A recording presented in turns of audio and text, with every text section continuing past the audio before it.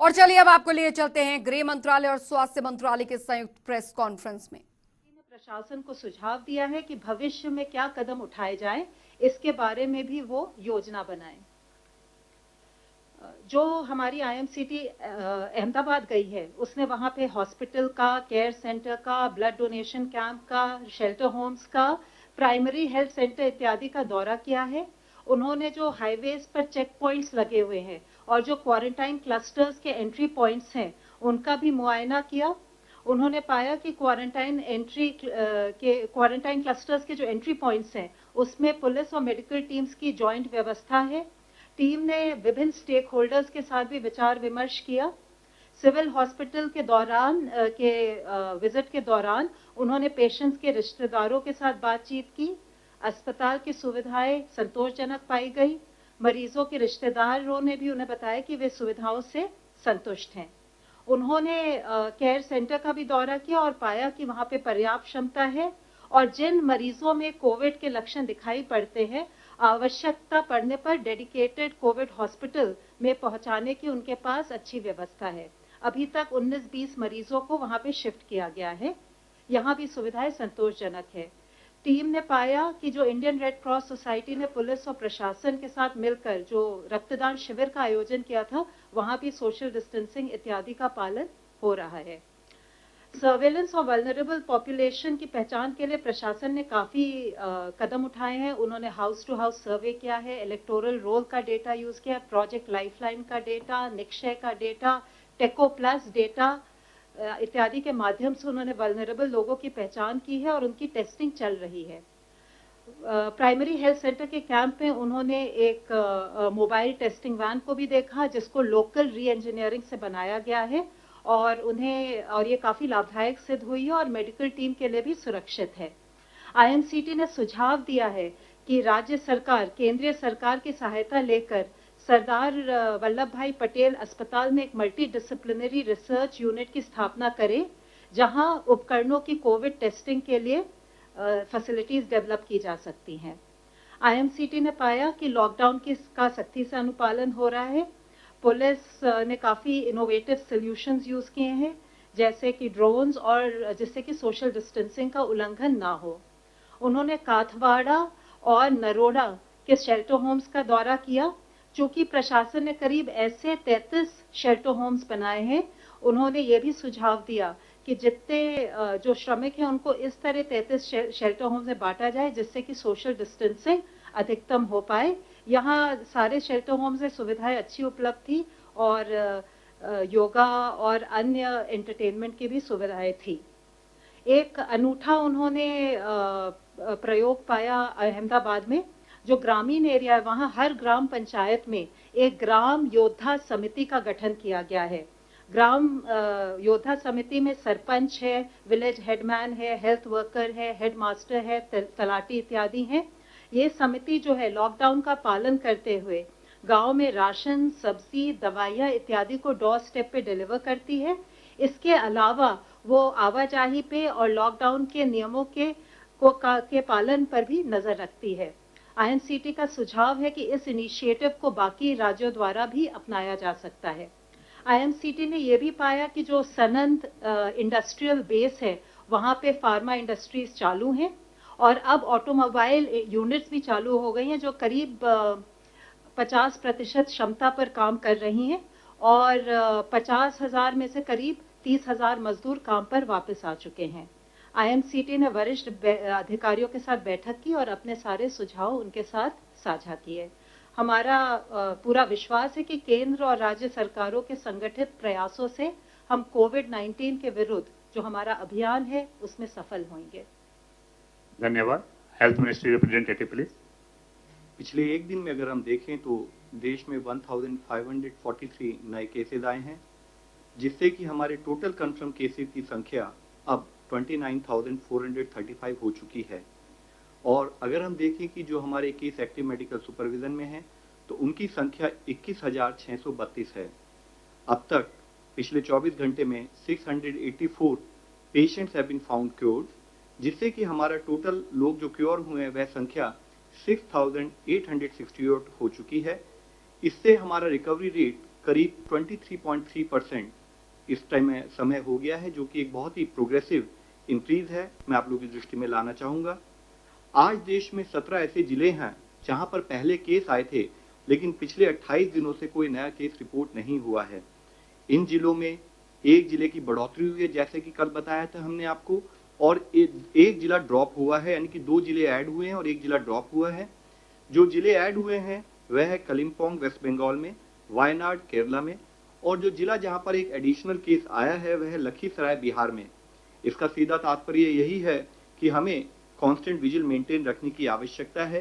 किसी भी जिले में, किसी भी स्टेट में जब हम कार्य करें तो वहां पर किसी भी तरह की रिलैक्सेशन ना हो। आज माननीय स्वास्थ्य मंत्री जी ने वीडियो कॉन्फ्रेंस के द्वारा डिपार्टमेंट ऑफ बायोटेक्नोलॉजी और उनके 18 ऑटोनॉमस बॉडीज और साथ में उनसे संबंधित पीएसयूज के डायरेक्टर्स के साथ रिसर्च के बारे में समीक्षा की। उन्होंने मेक इन इंडिया के तहत antibody detection kits, real time PCR based detection kits और कोविड-19 के लिए वैक्सीन के डेवलपमेंट को फास्ट ट्रैक करने के लिए कहा।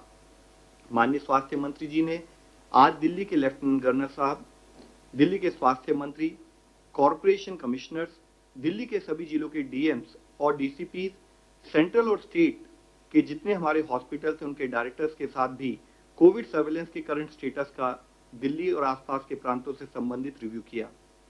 स्वास्थ्य मंत्रालय ने वेरी माइल्ड या प्री सिम्टोमेटिक पेशेंट्स के लिए होम आइसोलेशन पर दिशा निर्देश जारी किए हैं।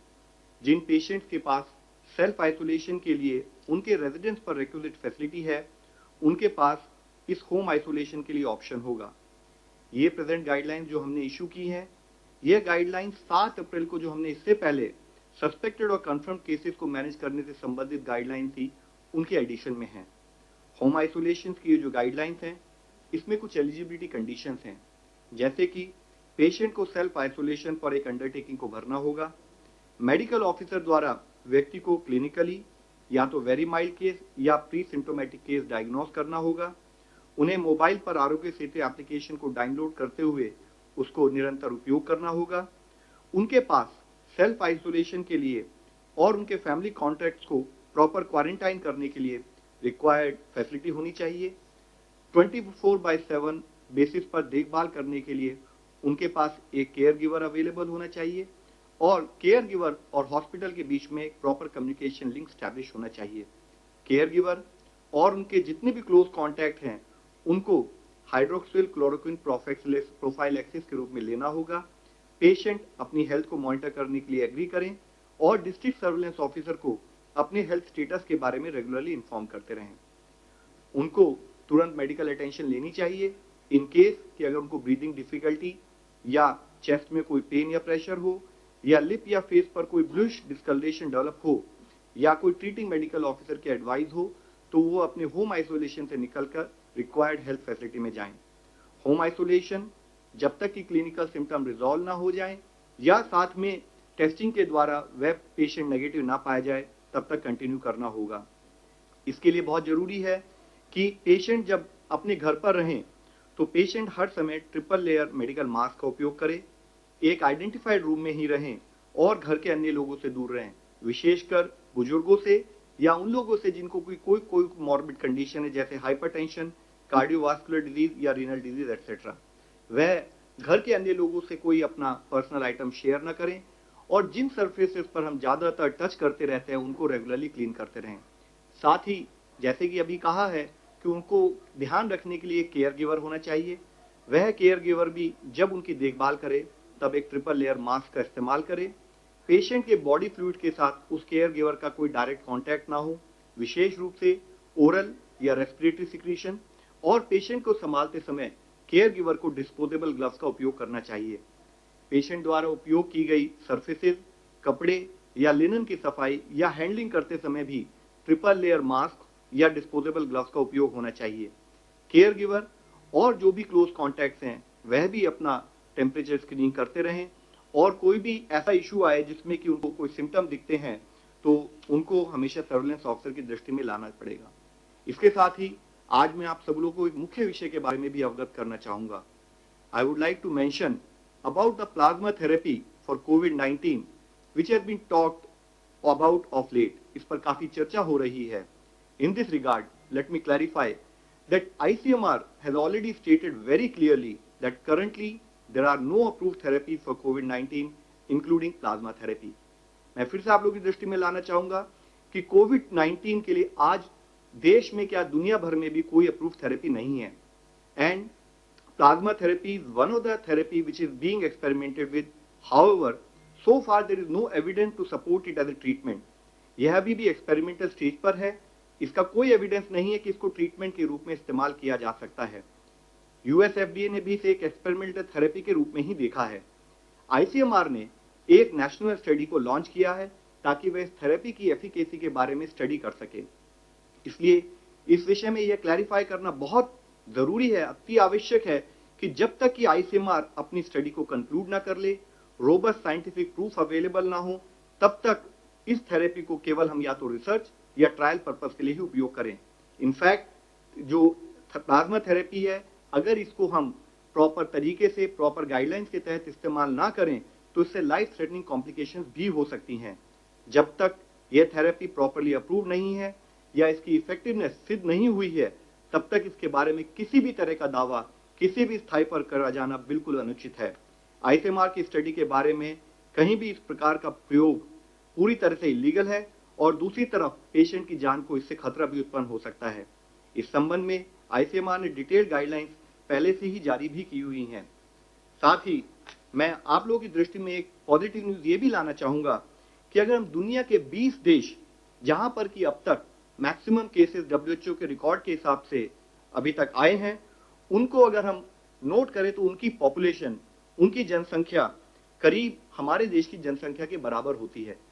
मैं ये कहना चाहूंगा कि हमारे देश की जनसंख्या इतनी ज्यादा है कि हम कई देशों के समान हमारे देशों की जनसंख्या है।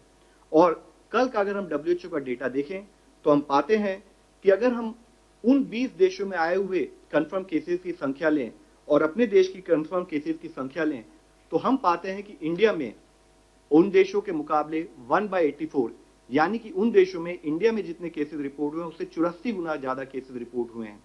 इसी तरह से अगर हम डेथ की संख्या भी देखें तो हम पाते हैं कि इन 20 देशों में जितनी डेथ रिपोर्ट हुई हैं उससे इंडिया में 1/200 टाइम्स, यानी कि उन देशों में इंडिया में जितनी डेथ रिपोर्ट हुई हैं उससे 200 गुना डेथ ज्यादा रिपोर्ट हुई हैं। यूं तो यह हम सबको पता है कि हमारे लिए, देश के लिए हर केस, हर डेथ दुखद है, लेकिन फिर भी अगर हम दूसरे देशों के कंपैरिजन में कुछ अच्छा कर पा रहे हैं तो उसके पीछे मुख्य एफर्ट देश के लेवल पर की गई प्रोएक्टिव, प्रीएम्प्टिव और ग्रेडेड अप्रोच है। और देश का हर लेवल पर जो सिपाही के रूप में हमारे स्टेट के साथ जो कोऑर्डिनेशन रहा है वह एक बहुत एफर्ट है। और उससे भी सबसे ज्यादा धन्यवाद के पात्र हैं हमारे देश के वो नागरिक जो लॉकडाउन को स्ट्रिक्टली फॉलो कर रहे हैं और वह फ्रंटलाइन वर्कर्स जो अपनी जान जोखिम में डालकर लोगों की देखभाल कर रहे हैं। लेकिन हमें यह ध्यान रखने की जरूरत है कि हमें अपनी जो भी रिलेटिव बेटर परफॉर्मेंस है उसको मेंटेन रखना है, क्योंकि हमारे लिए आवश्यक है कि हम प्रतिदिन एक बैटल लड़ रहे हैं, प्रतिदिन एक लड़ाई लड़ रहे हैं। हमें किसी भी समय में रिलैक्स होने का कोई स्कोप नहीं है। हमारे रेस्पॉन्स में कहीं पर भी कोई ढिलाई ना आए। हम इसी मोमेंटम के साथ, इसी कॉन्फिडेंस के साथ अपने इस प्रयत्न में लगे रहें। देश का हर नागरिक सपोर्ट दे ताकि हम इस बीमारी से निजात पा सकें। धन्यवाद। धन्यवाद। जितेंद्र तिवारी, हिंदुस्तान समाचार। मैं जितेंद्र तिवारी, हिंदुस्तान समाचार न्यूज एजेंसी से। डॉक्टर साहब, जो कोरोना वॉरियर्स हैं, खासकर जो डॉक्टर्स हैं, वो सारे जितने सेफ्टी मेजर्स हैं वो लेते हैं, ग्लव्स पहनते हैं या जो कुछ भी आप बताते हैं, उसके बाद भी खबर आती है कि वो उनमें से बहुत लोगों को हो रहा है। क्या कोई टोटल संख्या देश की आई है? दूसरा, क्या कोई स्टडी की है कि इतने सेफ्टी मेजर्स के बाद भी वो कैसे संक्रमित हो जाते हैं? पहली बात। और दूसरी बात, आपने कल कहा था कि जो व्यक्ति ठीक हो जाता है, जो कोरोना से बाहर आ जाता है, वो दूसरे को साधारण तौर पर संक्रमित नहीं करता है, उससे बहुत बचने की या उससे दूरी बनाने की जरूरत नहीं है। इसकी भी क्या कोई स्टडी हुई है? क्योंकि बहुत लोग दोबारा भी बीमार पड़ रहे हैं, ऐसे भी बाहर से समाचार आए। सर देखिए, पहला इशू जैसे आपने बताया है कि अगर कभी भी कोई भी हेल्थ प्रोफेशनल रिक्वायर्ड प्रिकॉशंस को नहीं लेगा तो वह संक्रमित हो सकता है। ये हमारे लिए शुरू से ही एक बहुत सोचनीय विषय रहा है, जिसके बारे में आपके द्वारा भी और हम स्टेट लेवल पर, डिस्ट्रिक्ट लेवल पर भी जो हम ट्रेनिंग कर रहे हैं ऑनलाइन, और हमारे एम्स के द्वारा जो ऑनलाइन ट्रेनिंग पूरे देश में जा रहे हैं, उसमें हम बताते रहें। हमारे लिए जरूरी है कि हमारे सारे हेल्थ प्रोफेशनल्स जो रिक्वायर्ड गाइडलाइंस हैं उसको फॉलो करें। अगर रिक्वायर्ड गाइडलाइन फॉलो नहीं करेंगे तभी इन्फेक्शन होने का खतरा है।